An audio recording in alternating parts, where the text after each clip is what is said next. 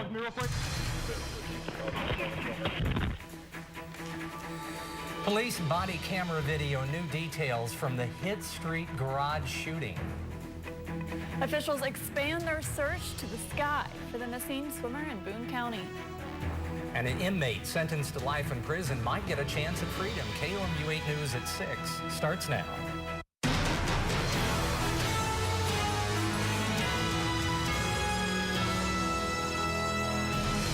Dramatic video tonight of the altercation between an MUPD officer and the man who was shot and killed in the Hit Street garage last April. Good evening, I'm Katie Link. And I'm Jim Reek. Thanks for joining us. Last April, police shot and killed armed robbery suspect Mark Adair in the Hit Street parking garage.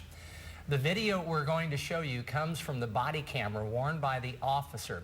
He was one of several who responded that night. It shows officers arriving and Adair confronting them with a gun. Here's a portion of that video, and just a warning, this video is disturbing.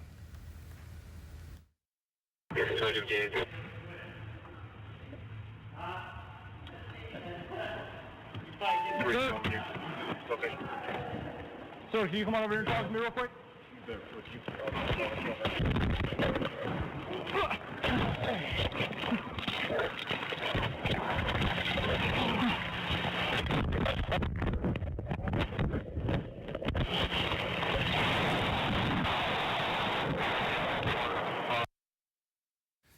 The video goes on to show officers firing several more shots. The full video is available on our website, KOMU.com. This video was released about an hour ago. Now, earlier today, we learned a special prosecutor will not file charges against the officers involved in the shooting. KOMU 8's Landon Burke joins us live from the parking garage to tell us why the prosecutor says charges won't be filed. That's right, everyone. I'm live on Hit Street Garage on MU's campus, where police shot and killed Mark Adair last April. Today, the Cooper County prosecuting attorney Doug Obley said he will not be filing any charges against the officers involved in the shooting. Obley says that when the police confronted Adair, he drew a gun on one of the officers. The officer and Adair then began to wrestle for control of the weapon. During the fight, another officer shot Adair twice in the back and once in the head before Adair fell to the ground. Police then fired additional shots at Adair. Obley says in this case, using deadly force was absolutely necessary. When there's danger of death, serious physical injury to another person, then that officer has the absolute right to use deadly force.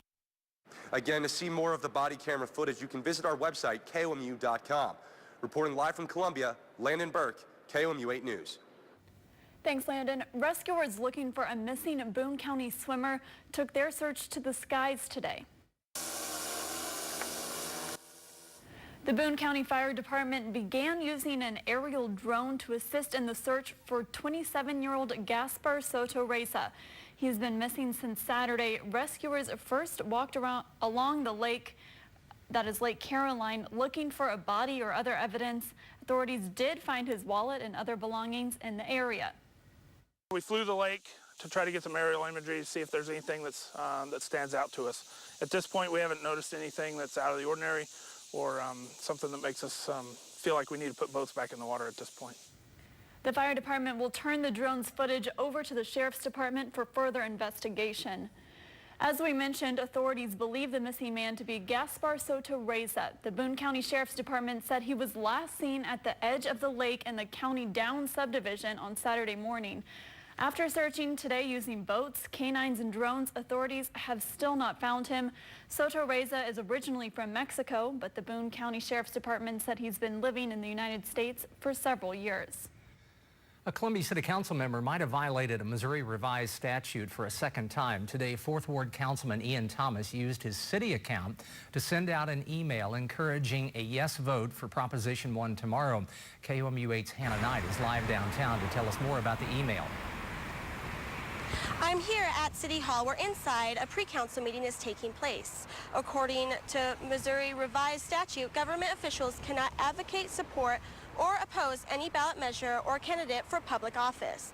Thomas may have violated this statute for a second time when sending an email from his city email. Last year, Thomas apologized for sending a similar email where in his statement he said he would refrain from any further use of the email account for that reason. This was the email he sent, this time to his mailing list. It states, "This Tuesday, I encourage you to vote yes on Proposition 1 to extend the 1/4 cent capital improvement sales tax for another 10 years. Thomas did not respond to an interview request, but in an email he said it was a mistake. He says, "It's not at all clear that what I did is illegal. The statute says I should not use public funds to advocate for a ballot issue. I would argue that even though I accidentally used my city email address to send this one email, it did not cost the city any money when I did it." I spoke with a University of Missouri law professor who specializes in election law, and he said there is some gray area on whether or not someone can use a government email address for campaigning on behalf of a ballot issue. Thomas has issued an apology that can be found on his website. Reporting live from Columbia, Hannah Knight, KOMU 8 News. The City Council will talk about two major projects at 9th and Elm. The city is hosting a public hearing about reworking the intersection into a scramble crossing. While that happens, the city will replace a failing storm drain outside the campus bar and grill. The city says doing the two projects simultaneously will help test the new scramble crossing and save about $100,000. If you take a look at this map, the new crossing will stop traffic on both sides of the street so pedestrians can cross or scramble in all directions. I think it's a really good idea. I think Columbia, since I've been here, I've noticed has an issue with students wanting to cross sort of wherever they want to go. So I think it's a good idea safety-wise. The City Council will meet at 7 o'clock tonight. To find out what else is on the agenda, visit our website at komu.com. Homeowners on Agan Street also plan to speak to the City Council tonight to address an infrastructure problem. KOMU 8 spoke with residents last week who shared this video of flooding in their yards.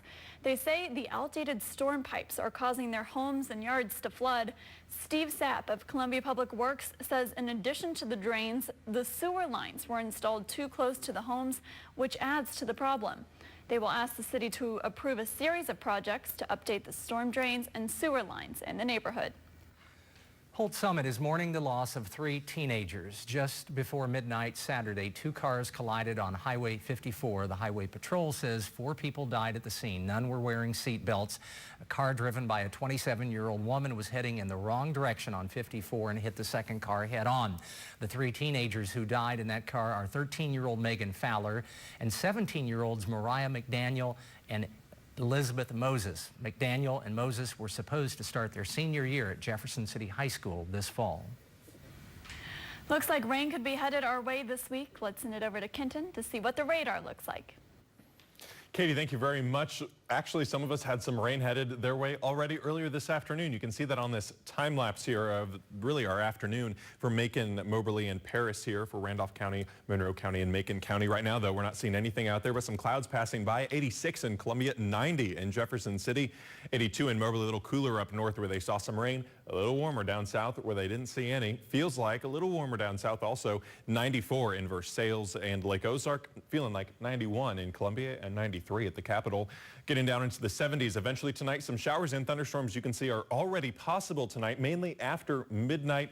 However, as we head into Tuesday, we're also going to have those chances on Wednesday, Thursday, maybe even into Friday as well. I'm breaking everything down for you the rest of this week coming up after the break. Kenton, thanks. A former Mizzou Tiger might be playing a little closer to home. That's later in sports. Plus, KOMU 8 sat down to hear the story of one Missouri man pleading for his freedom this week. We have more on that story. Welcome back to KOMU 8 News at 6 o'clock. Thanks for joining us on a Monday. A live look over the Missouri River here near Rochefort. Thanks to Les Bourgeois Vineyards for this sky cam. You can see some clouds out there, some blue sky as well. Heading back in studio, we do have rain chances the rest of this week. Let's really feel some tingling in your skin or maybe hear some clicking sounds. Time to hit the ground. Also, exactly. But you're going to want to crouch. Yeah. You're not going to want to lay flat on the ground. All right. Kenton, thank you very much. A Missouri inmate sentenced to life in prison without the possibility of parole might walk free this summer. The 62-year-old has served more than 20 years in Jefferson City for 3 marijuana offenses. His freedom's fate will be decided at a parole board hearing in the next few days, where he will have to prove if he's deserving. KOMU 8's Andrea Gonzalez spoke to this prisoner at his maximum security prison. Here's his story. Matthew has never met his grandfather, but he wears a shirt asking for his freedom. A judge sentenced Jeff Mazansky to life in prison without the possibility of parole. Mazansky's son Chris was only 15 when his father went to prison and petitioned to get him released. When a person gets locked up, it's not just that person that suffers, it's the whole family. Krista and Kylie. He wasn't convicted of rape or murder, but instead for 3 marijuana offenses. He was later found to be a prior and persistent drug offender, and a judge sentenced him. Specifically alleged this part of it, this persistent and prior and persistent drug offender, it doesn't apply. Since Mazansky went to the prison right up this road, both of his parents have died. He told me he plans on keeping a promise he made to his mother. That I'd do everything I could to get out of here, and that I'd never do anything knowingly to break the law to ever get put back in. On May 22nd, Governor Jay Nixon granted him the possibility of parole. Thousands have shown support on social media, and some people who oppose the use of marijuana think, I would venture to say that by now he's definitely served his time, and I would, if the governor is offering clemency, I would support the governor on that. Absolutely. Marijuana reform has caught on across the country. So I think there's a huge shift, and I think that, you know, what's going on in Colorado and Washington and Oregon very soon and Washington, D.C. is eventually going to be pretty much across the entire country. And Mazansky is going to tell the parole board he's deserving. I've kept my nose clean record. All I've done here is try to help people. He only wants one thing when he gets out. I'm just looking for having a quiet life with my family. And Chris says he looks forward to being able to just sit down and actually talk to my dad without having to get up and leave at the end of it and say, you know, I'll see you next time. Call me on the phone. It'd be great. But whether he'll be able to do that is up to the parole board. Andrea Gonzalez, KOMU 8 News, Jefferson City.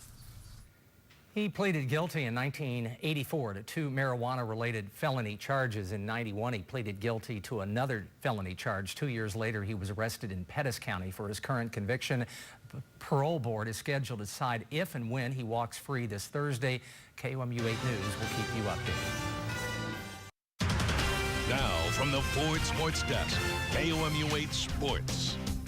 Hi, everyone. I'm Luke Slabaugh in for Chris. It's been 2 years since LaDamian Washington has played football in the state of Missouri, but today, Washington will make the return to the Show Me State. He signed a deal with the Kansas City Chiefs. Washington was never drafted, but signed a 3-year deal with the Dallas Cowboys after the 2013 season. Since his release from Dallas, he has gone on to join practice squads of 5 other teams. Washington has just recovered from right shoulder surgery. He will be the 4th Mizzou player on the Chiefs roster, along with Mitch Morse, Jeremy Maclin, and Chase Daniel. We're less than 3 weeks away from Mayhem at the Zoo. On August 22nd, all 3 of Battle, Hickman, and Rockbridge will kick off their seasons at Faurot Field. This week, we'll catch up with each of the 3 teams at practice. Tonight at 9 and 10, we're talking Rockbridge. We'll see you then. We'll be right back with more news. The Milwaukee Coast Guard added a new member to their team, Meet Barnacle. He's a 2-year-old terrier mix adopted recently by the Coast Guard chief. The crew says Barnacle loves to play fetch in their hallways and always enjoys going out on the water with them. Coming up on KOMU 8 News at 10, friends of the 3 Holt Summit teens killed in a head-on collision over the weekend share their memories. And liquor laws in Columbia could get tougher, why some bar owners say it's not necessary. Kenton? Still mostly in the 80s across the area, 86 in Columbia. We're looking at 90, though, in Jefferson City, a little warmer there.